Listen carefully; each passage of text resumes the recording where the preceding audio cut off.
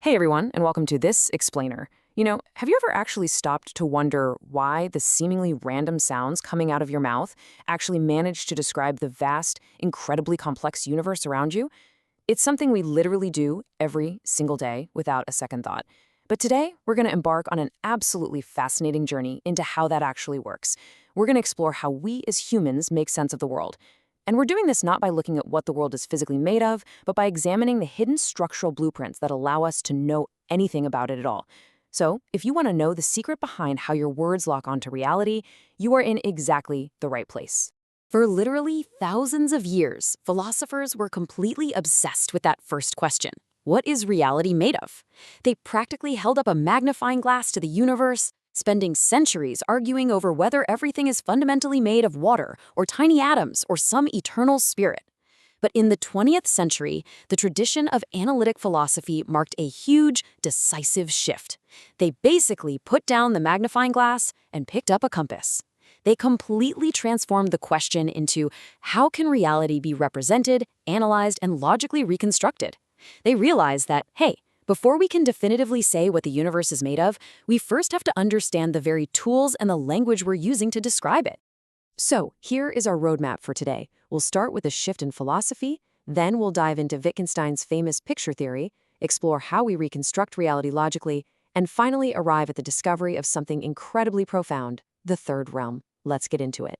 Starting off with Section 1, the shift in philosophy, from metaphysics to logic. Historically, early thinkers were kind of always looking up and out. Back in the era of Platonism, they believed the true intelligibility of the world was located in these eternal, abstract forms just floating out in some distant ether. Later on, thinkers like Leibniz envisioned a strictly rational universe governed from the top down by underlying logical principles. But then, jump ahead to 1921 onwards. Analytic philosophy pivots completely away from gazing at the cosmos and debating these grand, untestable ideas. Instead, they turn their attention entirely inward, focusing with laser precision on the logical structure of human language and knowledge itself. Which brings us to Section 2, Wittgenstein and the picture theory, mapping the world.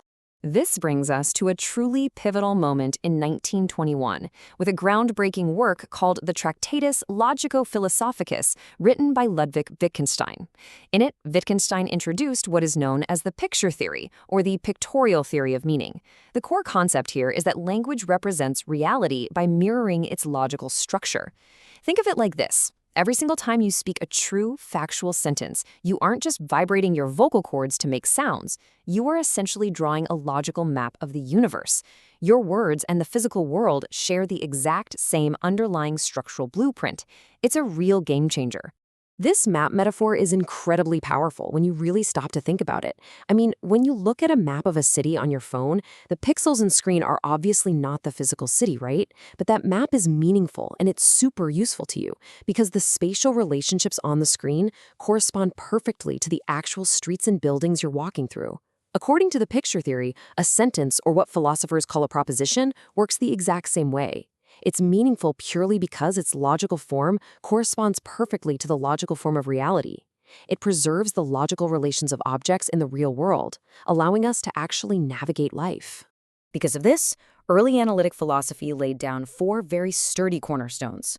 The foundation is that reality exists independently of the observer. It's out there whether you're looking at it or not. Building on that, language represents rather than creates reality. We're simply cartographers mapping the world, not literally inventing it with our minds. Following that logic, truth consists in the direct correspondence between your spoken propositions and the actual facts of the world.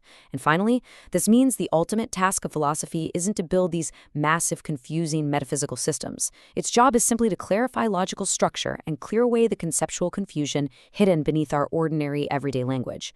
The world has an objective order, and it's just our job to represent that order accurately. Moving right along to Section 3, Reconstructing Reality Logically with Russell and Carnap.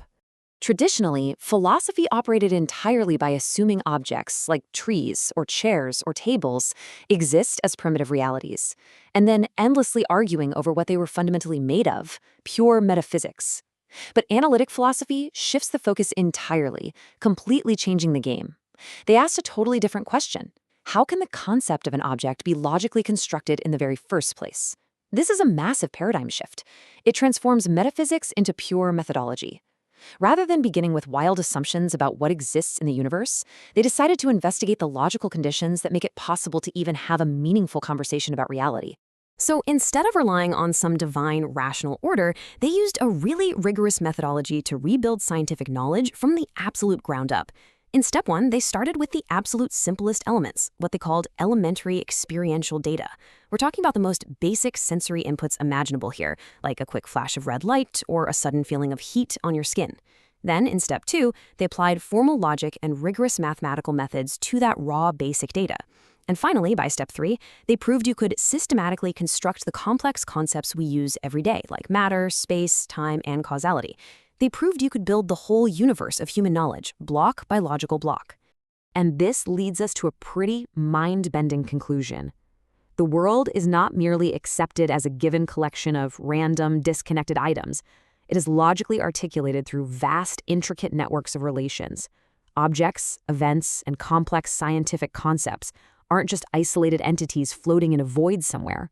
An object is simply a position within a coherent logical structure. To truly know an object is to know its relationship to everything else within the vast logical network of reality. And that brings us perfectly to our final section, Section 4, Discovering the Third Realm, the Architecture of Reality. So what exactly is this third realm born out of these logical networks? Well, let's start with what it is not. This logical architecture of reality is not purely physical. I mean, you can't just reach out and touch logic, right? But it's also not purely subjective. It isn't just a matter of your personal opinion. It's not some mystical Platonic heaven floating in space. And it's not just a psychological trick your brain is playing on you. So what is it?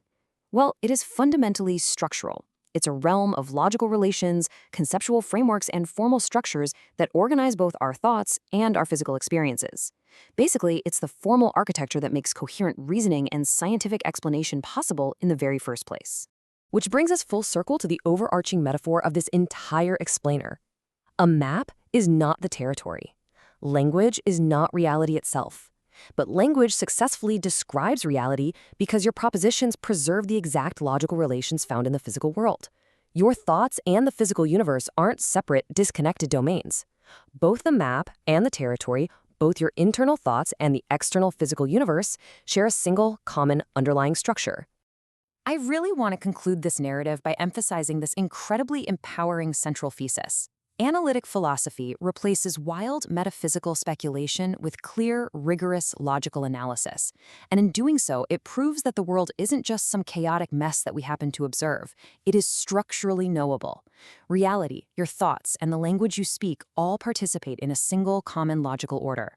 So I'm going to leave you with this provocative thought. If your capacity to understand reality is directly tied to the logical structure of your language, what happens when your language falls short? What limits are you placing on your own understanding of reality, and what structural blueprints of the universe have you yet to discover? Think about that the next time you try to put a complex thought into words. Keep learning, keep analyzing, and I'll see you in the next explainer.